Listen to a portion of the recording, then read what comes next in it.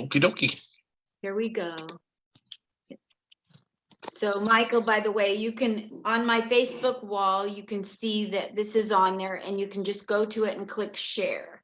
Can I do that right now while I'm running with you? Yes, and I'll do this whole thing while you're doing that. Okay. Facebook, hi, it's me. This is the third interview today. Yeah, this is going to be a big day. We had Leanne Lord, then we had a local Vegas comic, Trevor James, and now you get to meet Michael Boris. And I'll do his introduction in a minute. But welcome to Comic Spot, interview number 826. Today at home, you have the extreme pleasure of kicking back, watching two people talk about what they have in common or not in the comedy and performing world. And you're going to get the opportunity to get to know, love, and find out how to follow and help the career of Michael Boris. Who is he? What makes him so wonderful? What's he about on stage, off stage? Do you like him? Do you want to go see him perform? That's what you're going to find out today. So, and of course, the answers are all going to be yes.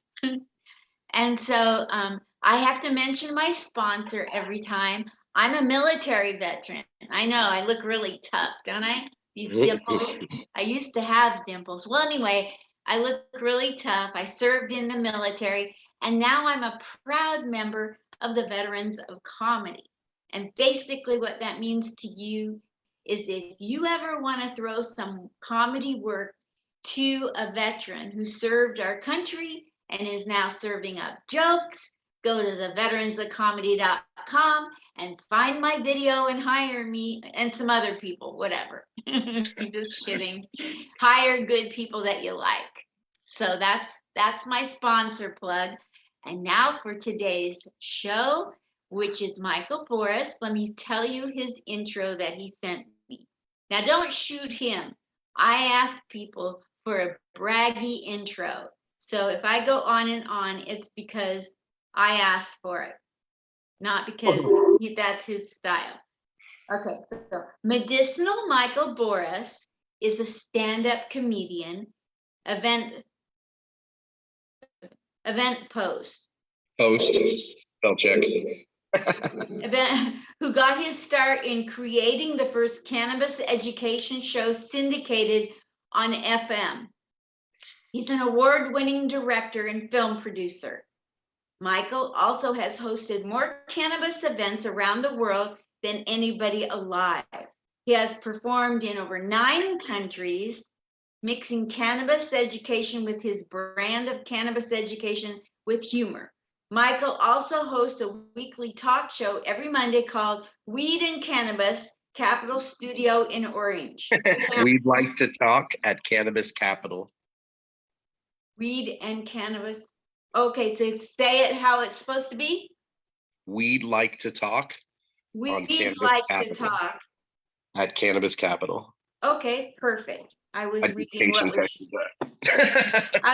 what was here, and that wasn't coming out sounding right. So I'm glad you corrected it. In Orange County, you can watch Michael and some of the shows he produced, like Highly Ghosted, which is a cannabis-themed paranormal show. That sounds so good. The Patience series and Weasel Sesh. So we're going to talk about all of this. I might have mispronounced, misread. There might be typos. We don't know. We don't know who to blame. You can have your own conspiracy theory. I don't care. Just kick back and just go with it. You know, I'm 70. What do you want? But let's welcome to the stage right now, Medicinal Michael Boris. Yay. Hi. Yay. Good morning. Hello. Hi. It's nice to see you again. It's nice to see you again. Oh my gosh. So you're in Modesto, California, and you made it through a pandemic. I assume it's your first pandemic. Yeah, first one so far, but looking forward to the next. I'm prepared now. You're going to be just like, you're going to be able to get through these like nothing, you know, you're going to be like a baby boomer in the mind pretty soon. Cause like I made it through the March of Dimes pandemic. Oh man. I remember the March of Dimes. The AIDS pandemic. And then like, this is the only pandemic you've ever had. Well, no, I think I went around with the AIDS for a little while too. I was born in the late 70s. Okay. All right. Yeah, you would have seen that when, who was it? Michael Irvin, Magic Johnson, when that whole thing, where were you the night they announced Magic Johnson had AIDS? Oh, right in bed next to him. It was a huge shock to me.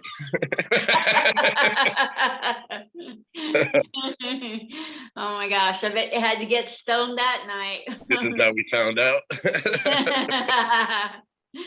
So you made it through the pandemic. You're in Modesto. You've done I'm comedy. just visiting. I come up to the Bay Area to do shows, San Francisco, San Jose. I live out there in Riverside County, though. What city do you live in? Temecula Hills. My daughter lives in Marietta, and she's Oh, your age. she's a like, neighbor. yeah, you guys should get married. Okay. I'm into it. Tell her I have bad credit, but I'm willing to change. I don't think it will matter one bit. So tell me who you were growing up. That's what I like to hear. Forget who you are today. Forget about all the things tell me how many brothers, sisters, who thought you were funny? How was it? Well, I have one brother, two sisters, and I grew up, I've always wanted to be a comic ever since like third, fourth grade. So I've always studied comedy best I could at that age. And very white trashy trailer park growing up, east side of Las Vegas. And fought through all that and survived and beat the methamphetamines epidemic. Wow. That went through Vegas. And became a comic at like 30. I was a psychic in Vegas. I ran all the psychic eye bookshops, and I worked at Caesar's Palace in Mandalay Bay on stage, and I would read people on stage, which was very depressing because you're always making them cry and stuff. So I would make jokes, and then I got used to the, performing, and I switched over to comedy, went to Joe Charles Comedy School at the Comedy Palace, and been trying to work to perfect my craft ever since. Wow. I niched in with the cannabis world. My parents, my whole family's like generational cannabis users. Yeah. Yeah. Oh yeah. Were they leftover hippies? No, my parents were very East Coast. They wore a lot of suits. My dad wore suits, had big hair and a lot of rings. East Coast, where are they from in the East Coast? Well, I was born in Amityville, Long Island. And, wow. They lived all over Long Island and Brooklyn. Isn't that where Lucille Ball is from? God, I wish I knew. I know usually it's most recognized because of the haunted house. So yes. The Amityville Horror House was a couple blocks from where I was born. And I was too young to appreciate it, but my father would tell me how they'd walk across the street and literally cut across to go away from the house. And goodness sakes. So at what age did you move out west, or were you always out west? I did a lot of back and forth between, I would take the summers in New York and the regular seasons with my parents until I was about 8 or 9, and then stayed and, periodically went back to the East Coast. But once I came to California 10 years ago, I'm put. This is where I want to be. So what's it like being a psychic? Did you say psychic? You can read minds, or you can yeah, you can read your mind. I was specialized in tarot, but I had a parapsychology degree. So I went to school for, everything that has to do with parapsychology, which is how I ended up doing the ghost hunting show. And I was very seriously into that world until probably my late 20s when I switched over into comedy. Wow. People are weird in the psychic world. They stalk you and they'll follow you around, and it's a weird clientele. Yeah, it must be more positive in a lot of ways doing comedy, because you're lifting people's spirits, talking about, you get to choose what You Well, say, and it's the same goal. You're lifting spirits in anything, like that. Anything I'm trying to do when I'm reading people, I'm trying to help them. But there comes to a point in your life where you're like, might not be helping myself enough because I'm so focused on everybody else. yes, Whereas comedy, I get to focus on myself, and the more I perfect my craft, the more the audience enjoys themselves. absolutely. Absolutely. So you've done comedy around the world, you said, right? Yes, yes, I have been everywhere. Comedy and cannabis events. So I'm like the Ryan Seacrest of cannabis events. There's me, Stoner Rob, Adam Ill, and maybe Angela Mazzanti are like the original four hosts for cannabis events back when you could go to jail for doing it. So, we've had a lot of events get rated, and I lean more towards the educational side, and dealing with RSOs and kids and cancer and seizure disorders, autism. And then you have like my counterpart, which is Stoner Rob Martinez, who just had a baby. Congratulations again. Uh, and he does more recreational side. So sometimes we'll work together, and you get like an Abbott Costello back and forth. He's one of my favorite. Adam's a lot of fun to work with too. I love that. I'd love to interview Stoner Rob. Oh, he's fun if you have to duct tape him to his chair and tie a balloon around his wrist. So what's the reason, not the reason, what's the best thing that's come out of doing comedy in the cannabis world for you? Free weed. No. Honest. uh, when I started out, it was all fun and games, and I literally started out my show interviewing comedians and getting them stoned, and didn't care anything. We had an audience of 5.3 million, and this is before Instagram and all that crap. And I had a friend, Adela Falk was her name, and she came up to me one day and she said, "What are you teaching them? You have all these people, but what did you teach them?" And I was like, "Nothing." In fact, I used to say, if you learn something by watching our show, it's by accident. Uh, but once, I got exposed into that world where you have families that are being, have to separate because the medical care won't allow their child to treat with cannabis. So they have to move to Denver or wherever, which was a huge thing before all this recreational and stuff going on. It changes your outlook so that you can't go and do that 20-gram dab and this silly stuff and still have that peace of mind knowing that somebody over here is suffering because they could use that 20-gram dab you just took for an Instagram video could have helped a little Billy for 6 months with his medication.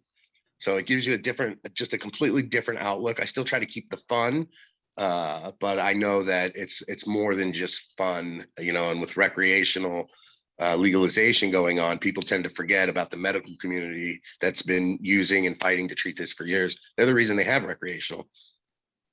Got it. Got it. So what's your favorite thing that you've done with comedy? If we just put aside the cannabis world, the craft of comedy, what's been your highlight or highlights besides cannabis? It just, getting standing ovations or, stuff like that. Just you feel validated. You feel really good about yourself. Uh, I've done teeny tiny shows, and had just as good of a time as if when we're hosting the Boston Freedom Rally with 180,000 people. It's just the appreciation and the energy you get back that you'll feed off of, because you'll be up there and you'll know if your audience is shut down, quiet, cold, whatever, you feel it sucking out of you, and you're like, oh, I'm dying up here. But when they're responsive and it's flowing through, you hit that golden moment where you can say anything. And no matter what you say, it is just going to split their ribs in half with laughter. And that's the best part, knowing you've contributed something that brought happiness into this world. Absolutely. Let's talk for a minute about that feeling that you get where the air changes, the air feels like it changes in the room. And rather than sucking the life out of you, it feels like it transports you into another world when you're riding a wave of acceptance and laughter, and nothing you can say would be wrong. Talk about that. Well, I'll tell you, that's what creates a lot of depression. You'll find in communities of comedy that you have a lot of depressed people, where they say that, comedians that make people laugh is because they hide a lot of sadness and pain inside. And I think when you get that feeling and you get so used to it, and then if you stop for a while, you almost fiend for it. So I am very what's the way to put that? I don't know. I enjoy the shit out of it. Yes. Try I not to get know. depressed being off stage. Keep getting out there. I'm a big fan of the old Jewish legend comics, and I know Al Buddy Jolson. Hackett. What's that? Buddy Hackett. Yeah, Mm. and like there was the day when the older Jewish comics were in their heyday, and like Al Jolson, he got hooked on that. Mm. And in the Al Jolson story, it goes through how he'd go when he was winding down, how he was still hooked on the audience, and he'd be so incapable of doing comedy, but the audience wanted him on stage. You have to find that balance so that you have a reality, because especially when you're performing 5-6 nights a week, it becomes like a drug, and then when you're not doing it, it's hard to find that kind of fulfillment to fill that hole. So you have to be balanced and keep it real. And happy, what are we, third day of Hanukkah? Fourth? Like, I think yesterday was day 4, and there were 5 candles lit because of the Seamus candle in the middle, is it? So today must be day 5 of Hanukkah. Day 5 of Hanukkah. I'm half Jewish. I think I'm right. Are you half Jewish? I sure am. I am Jewish, too. Jewish and Italian. Are you? I'm half Jewish, half Christian. So yeah, today is day 5. There you go. What's it like having been half Jewish? Because I know what it's been like for me.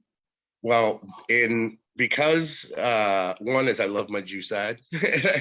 Helps me a lot in auditions and entertainment.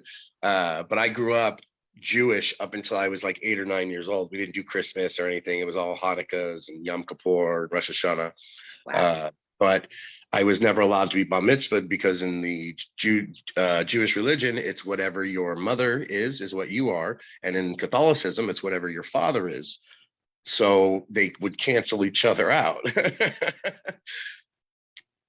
So neither one side is very accepting. But on the West Coast, when I first came out here, there wasn't a lot of other Jewish kids running around, almost none, especially where I grew up.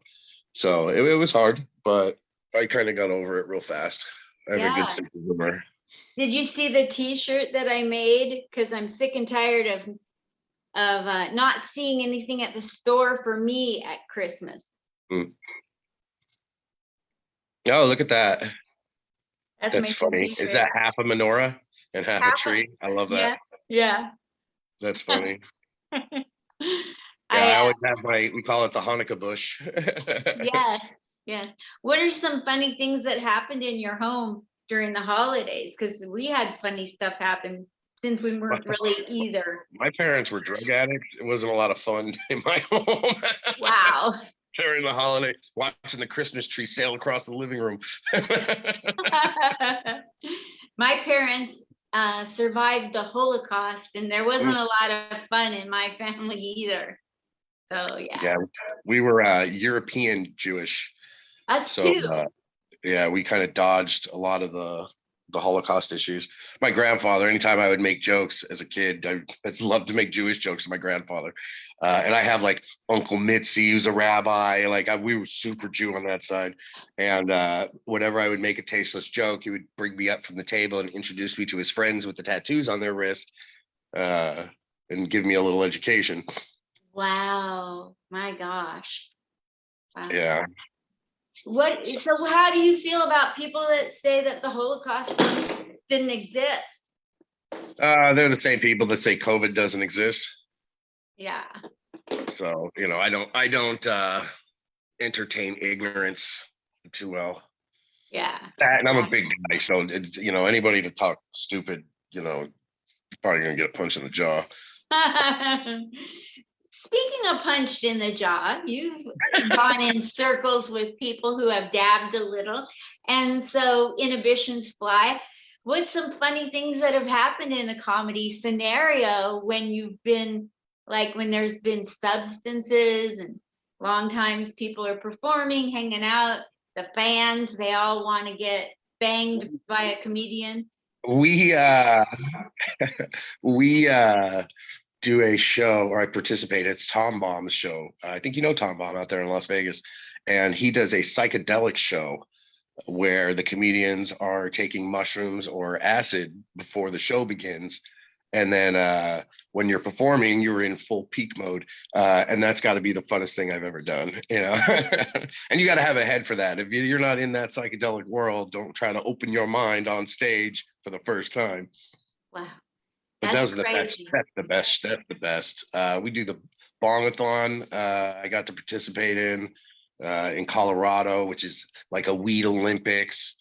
I mean, every show is fantastic. The hemp cons that used to go out there, and coming up next is the Cali Bud Fest, where it's a mixture of music and it's a lot of fun. I mean, we don't do, I don't do real drugs. You know, I'll do psychedelics when it calls for it, and a lot of cannabis. I love that. So have you found a strain of comedy, a strain of cannabis that you promote, that you have put your name behind? Right now, all I smoke, because I'm spoiled, is Big Reds and all his products, which is Big Reds _GS, I believe, on Instagram if you want to check it out. He's legal, but he makes hashes and concentrates. I don't smoke much bud, you know, the flower itself. I like the concentrates. And man, his stuff will melt your face off medically. That's so So, cool. and I have a lot of smokers that have huge tolerances. It's not the same, you know, as it is for people who are just, you know, having a puff and oh, their whole day's silly. You know, if we're medicating or getting stoned or whatever, you maybe get like a good 5-10 minutes, and then it's just a normal, it's just the way, you know, you flow. It's the vibrations you're putting off. We vibrate Got just a little under the bar. it. So what's something funny that's happened when you've been under the influence?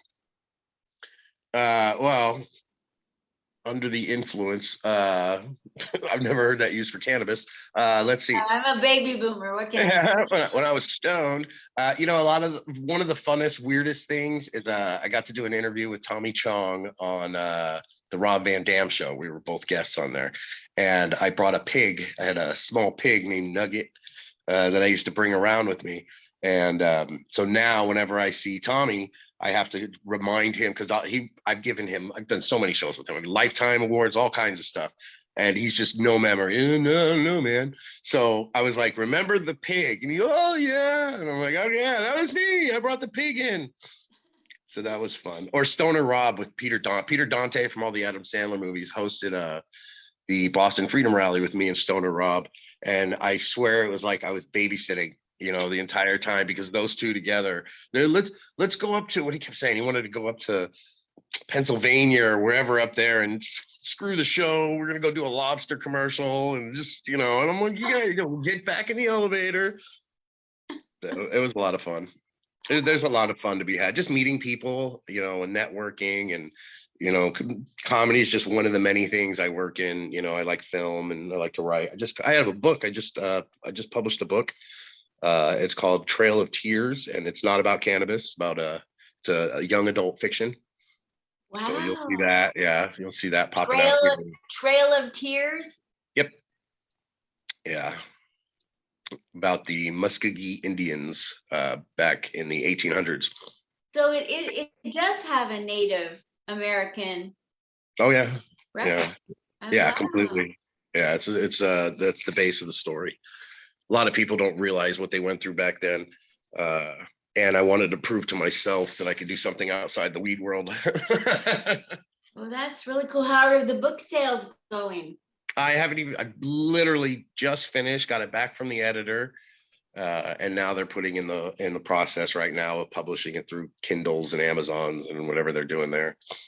Well, and I'll print out the hard copies. When you're ready, come back on and plug it. Oh, absolutely. Yeah, absolutely. I'll make sure you get a copy. Yeah, that's so cool. Where do you want people to come and watch you? Where are you going to be performing? In real life, my next show for your area is Las Vegas at the Cali Bud Fest, and you can check them out on Instagram, Cali Bud Fest. It's going to have Dizzy Wright, Mad Child, amazing performers, and every Monday I'm on Twitch live and replays on YouTube with Cannabis Capital, and we'd like to talk as we bring people in and smoke them out while we interview them. We just had a So Tone cool. Loc, Chingy, Bridget the Midget. I get a lot of 90s famous people that are on their way up their career and on the way down. I never get them when they're at their top point. Sounds like what I'm comfortable with too. Mhm. It's Yeah, and you true. can see me announcing Canna Pro Wrestling. I'm a live commentator for a cannabis themed wrestling show. And that's usually once a month at the Cannabis dispensary in San Diego. Wow, you're doing a lot. What do you want to accomplish in your entire life, Michael? Medicine Mike. Just leave a nicer place for my kids than I found it in, you know, so that they know that, to pursue your dreams, no matter what they be. Smoke weed, don't smoke weed, I don't care. But know the education of it. I'd like everyone to know what cannabis does for stuff like cancer, and so you know that you don't have to, chemotherapies are not the only option. There are much safer ways with a lot more success. No, I won't say a lot more, I don't know specifically, but a very high success rate, I'll say. Wonderful. What would you say to a 70-year-old woman who barely ever puffed on anything in the 60s, and she has all kinds of allergies and a lot of pain? One, get your cannabis from a dispensary that's doing testing, because you don't want any weird pesticides in there that are going to react an allergy. Two, you can always smoke more, you can never smoke less. Same thing with edibles. You can always eat more, you can never eat less. So you just take a tiny bit and see how it goes, and then put it down and walk away and enjoy the hour. And if you feel like maybe 2 puffs, you go from there. But you'll build a tolerance eventually, and then you'll have a big blunt in your mouth and show them what's up. So I have a stupid question. So I have a stupid answer. Okay. How does one prevent themselves from getting cannabis that has fentanyl in it? Cannabis never has fentanyl in it, ever. Okay. Ever. Told you Fentanyl it you'll was find. stupid. That's okay. Fentanyl you'll find sometimes in cocaine when people are going around, or heroin, or fentanyl by itself, which is horrible. If you are somebody who does, and I'll tell you, because they just had 2 or 3 deaths at the comedy club in LA. There was some friends of ours from cocaine that went. Yeah, three of the comics. And I won't mention their names to give them their press, but be very aware that if you are going to dabble in the devil's world of drugs and real drugs, that one, you're chemically altering your body, and it's garbage. There's no good feeling enough destroying your body. It's not worth it. Secondly, you could die from it. You could, for very little, I'll take 1 little, you could die from it. So smoke cannabis that doesn't have fentanyl in it, or take an edible. I don't know. There's if you're having to take those kind of drugs to have a good time, it's not about the drugs. You need to kind of analyze your life and find out what it is you're trying to fulfill in your heart that isn't there, that you're using these drugs to numb yourself from. I love this. You're awesome. I'm so glad you came by to talk. And I'll be putting my thoughts on this later today. And anytime you want to come back, like I said, and promote anything, please come back. Oh, I appreciate it. Thank you so much. Thank you for coming by. And so where are you going to be performing? Your very next thing you're performing at? My very next thing is the Canna Pro Wrestling Show in San Diego, and every Monday, and I'm everywhere. But the big ones, the wrestling, and then the Cali Bud Fest in Vegas. That's in April. Kush Stock, also in April at the Cards and Cannabis. I'm everywhere. And Come on find me, Facebook, people. and on Facebook, you're Michael Boris. Yep. And That's on my slogan name. And Instagram, you're Medicinal Mike. Medicinal Mike. Thank you. I'll get it one of these days. I barely have cocaine and cannabis figured out. No, don't. I'm sure you'll get it. Study hard. I promise I'm not a narc. No. Thank you so much for coming by. Thank you, Linda. I appreciate you having me. Absolutely. Thank you so And much. happy Hanukkah and Merry Christmas and happy holidays and Kwanzaa and everything else that falls in December. Thank you. Let me know if you want one of those shirts that I made. They're Absolutely. $50, but for you, such a deal, $69.95. Oh, that's such, I can't afford not to get it. See you later. Thank you, Bye. Linda.